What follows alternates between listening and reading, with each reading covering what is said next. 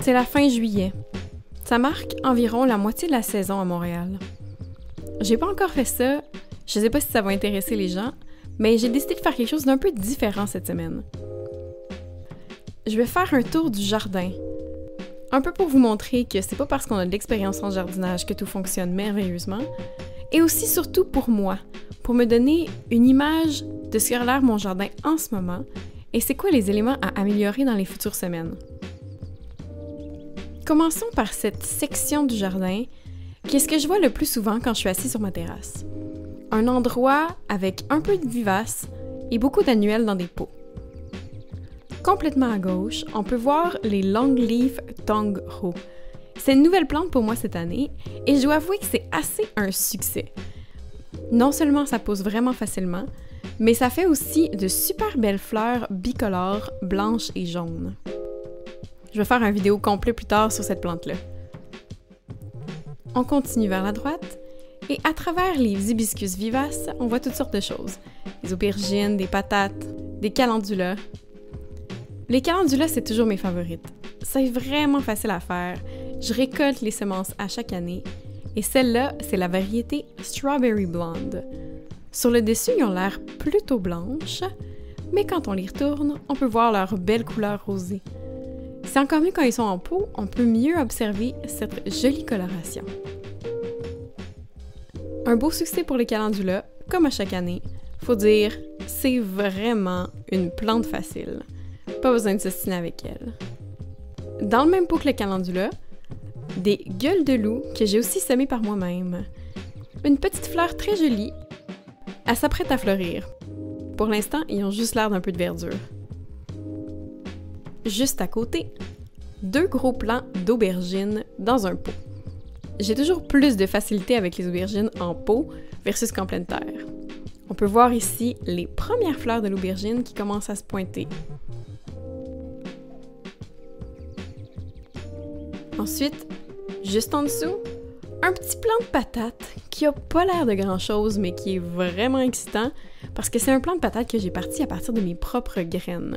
Cette variété-là, c'est des Louis et j'ai vraiment hâte d'en manger plus tôt.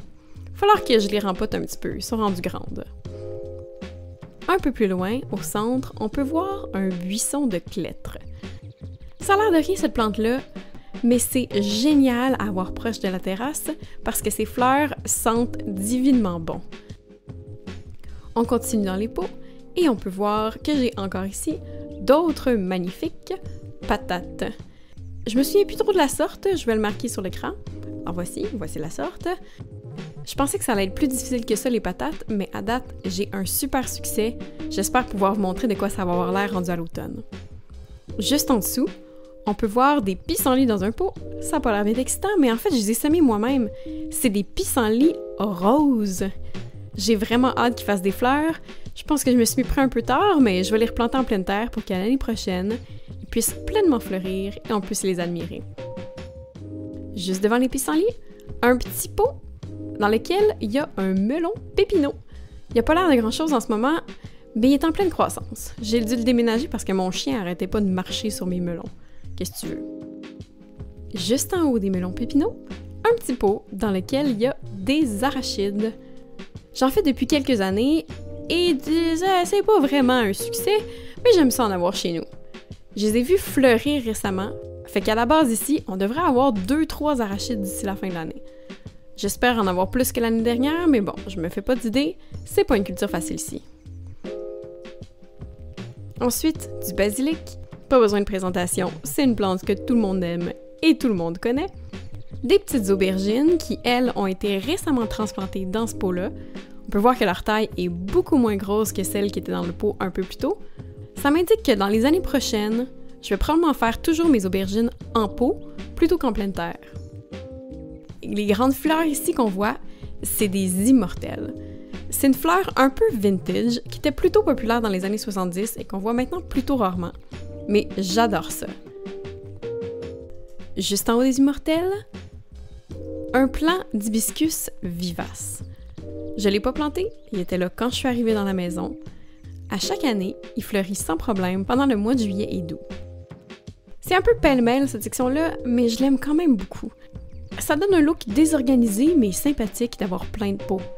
Ça me permet aussi de pouvoir changer d'idée puis de bouger mes pots le long de la saison. Un peu plus loin à droite de cette plate-bande de pots, un plant de framboises noires. Non, c'est pas des mûres, c'est des toutes petites framboises noires. Ça, c'est juste les framboises qui me restent. Malheureusement, j'ai pas mangé beaucoup de framboises cette année parce que mon chien adore ça et va les cueillir directement dans le plant. Un peu plus loin, un reality check pour moi. Vous pouvez voir ici un gros tas de tout ce qui... Oui, il y a du muguet, mais il y a aussi des pissenlits puis d'autres mauvaises herbes dont je connais pas vraiment le nom, qui ont juste apparu avec le temps. C'est un work in progress. Derrière cette section, d'un peu plus près, on peut voir les mauvaises herbes, mais de plus proche. Alors, on a du pas d'âne, c'est tout. On a d'autres choses aussi, mais je sais pas exactement ce que c'est. J'ai décidé que c'était de la verdure gratuite puis que je la laissais. J'ai quand même de la mélisse qui pousse à cet endroit-là. Celle-là, je l'ai plantée l'année dernière. Je pensais pas qu'elle allait revenir parce qu'elle avait fait un tout petit plant de genre 10 cm, puis était morte avant de faire des fleurs, mais bon, elle est revenue cette année. J'ai aussi planté d'autres petits éléments. Par exemple ici, on voit un sureau Lemony Lace qui a pas l'air de grand-chose, mais qui a juste 1 an, alors il est en pleine croissance. J'ai aussi planté de la Perovskia, qui est légèrement envahie par les mauvaises herbes. Et on peut voir que c'est le thème pour le reste de la voie de passage, dans lequel il y a quelques petites choses que j'ai plantées et beaucoup de choses qui sont simplement des mauvaises herbes que je n'ai pas plantées. Le petit raised bed est plus ordonné. Dans celui-ci, j'ai planté différentes choses en début de saison, incluant des carottes, des petits pois verts et, si on regarde de plus proche, des navets tokinashi. J'ai un peu de misère avec les navets. Ils se font tout le temps manger par des limaces. C'est la 2e fois que j'en sème cette année, puis ils ont l'air de ça. On voit aussi les carottes. Il y en a qui vont être sur le bord d'être prêtes. On commence à voir le top qui sort de la terre. Vous pouvez voir ici, de plus proche, ma voie de passage. J'ai commencé à la travailler, mais c'est un work in progress.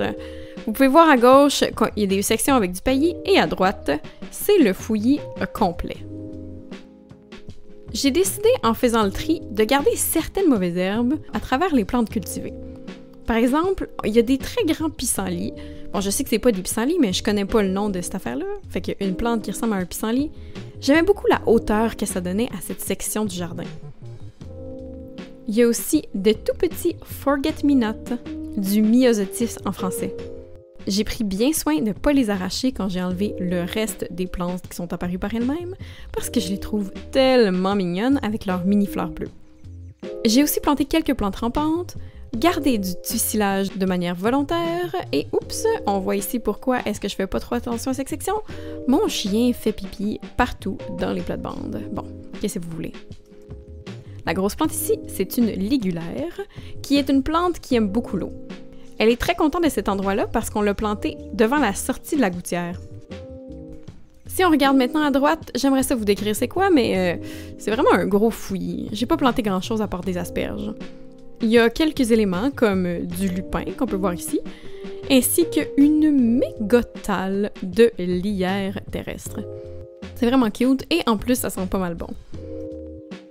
J'ai aussi des immenses plants de tucilage ou de pas d'âne. Ça paraît pas comme ça, mais les feuilles doivent être grosses comme ma face. Ils sont particulièrement heureux dans ma voie de passage. Sinon, pour le reste, il y a quelques éléments que j'ai plantés, comme 2-3 hémérocales, et il y a aussi des cosmos qui se sont replantés par eux-mêmes, après les avoir plantés l'année dernière.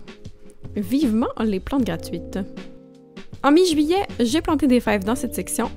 Ils sont entourés d'un grillage parce que, bon, mon chien aime beaucoup marcher dedans. Maintenant qu'on a vu la voie de passage qui est un gros tout-ski, on peut retourner dans la section un peu plus ordonnée du jardin. À l'avant, vous voyez un des premiers potagers dans lequel il y a un petit cerisier, un cornus et un immense plant de lavande. Très content.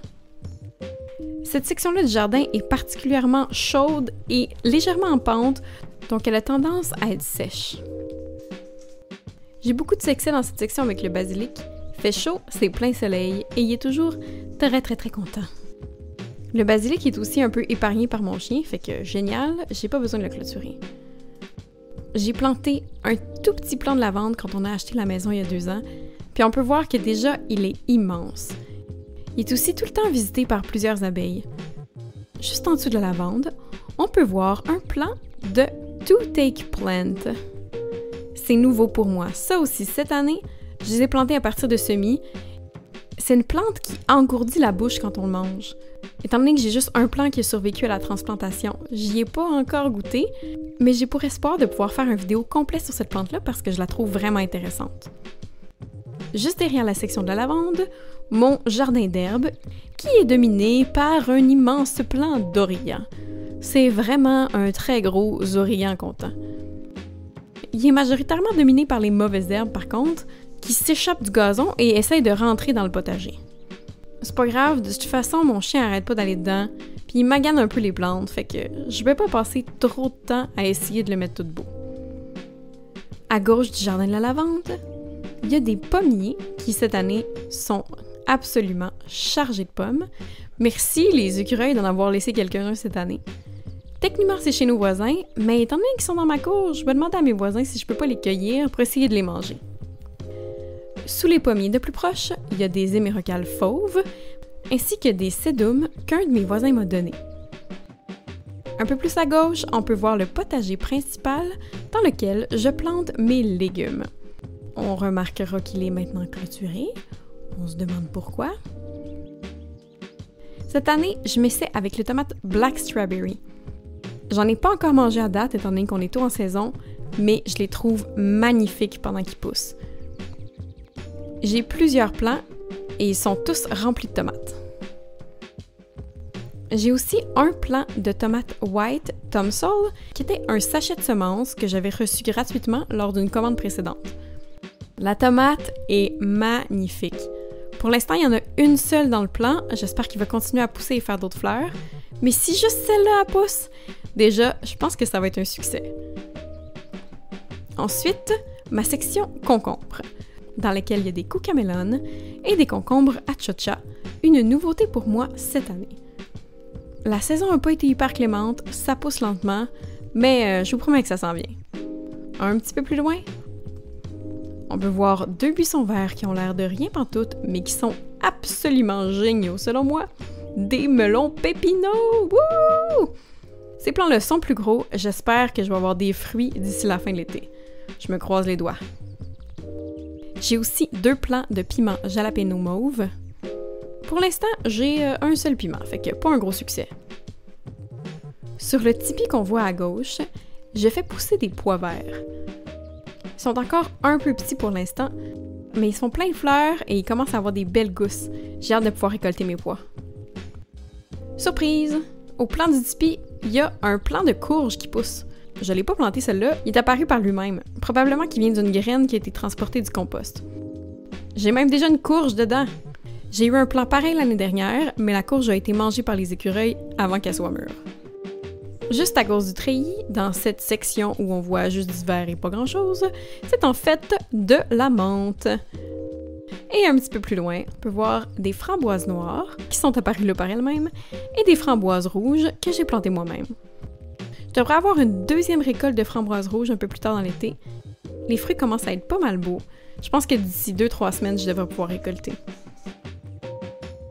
Près des framboises, on peut voir de la ciboulette, des jolies pivoines roses et selon moi, le clou de cette section, un gros plant de vigne qui était là quand j'ai emménagé dans la maison. Même si le plant faisait pas de fruits, je serais contente de l'avoir chez moi parce que je trouve qu'il ajoute un cachet très champêtre à mon cabanon. J'ai fait des recherches l'année dernière et j'ai beaucoup amélioré ma technique pour tailler les vignes. La preuve, elle est pleine de raisins cette année. Ça, c'est juste sur un seul plant. On dirait 2 sections, mais c'est simplement qu'il y a 2 tiges principales, une qui part vers la gauche et une qui part vers la droite. J'ai vraiment hâte de pouvoir les récolter cet automne. Malheureusement, le gros problème avec ma vigne, c'est qu'elle a commencé à être attaquée par des scarabées japonais. J'en ai vu plusieurs transformer mes belles feuilles en belles lentilles vertes. J'essaye autant que possible de les retirer puis de les tuer quand je les vois pour pas que mon jardin devienne complètement ravagé dans les prochaines années. Mon jardin il est profondément imparfait. C'est un work in progress, il n'est pas encore à mon goût, mais à chaque année, je le rends un peu plus beau. Je comprends là qu'il y a du monde qui veulent rendre leur jardin parfait dès la première année. Pour moi, c'est pas vraiment réaliste. Non seulement ça coûte assez cher le jardinage, si je voulais le remplir cette année de toutes les plantes que j'aime, ça me coûterait super cher. Deuxièmement, si je le mets déjà tout à mon goût cette année, ben là ça va être plate, j'aurai presque plus rien à faire l'année prochaine. Et le point le plus important pour moi, c'est qu'en étant un peu paresseuse et en travaillant dans mon jardin juste quand ça me tente, ça me laisse le temps de faire mon activité favorite, regarder mes plantes pousser à l'ombre, sous le parasol, en lisant un magazine, un petit café ou un drink à la main. Les jours où j'ai le goût puis que j'ai de l'énergie, je jardine, et les jours où j'ai moins le goût, je bouquine. On se revoit les mains dans terre, guys. Bye!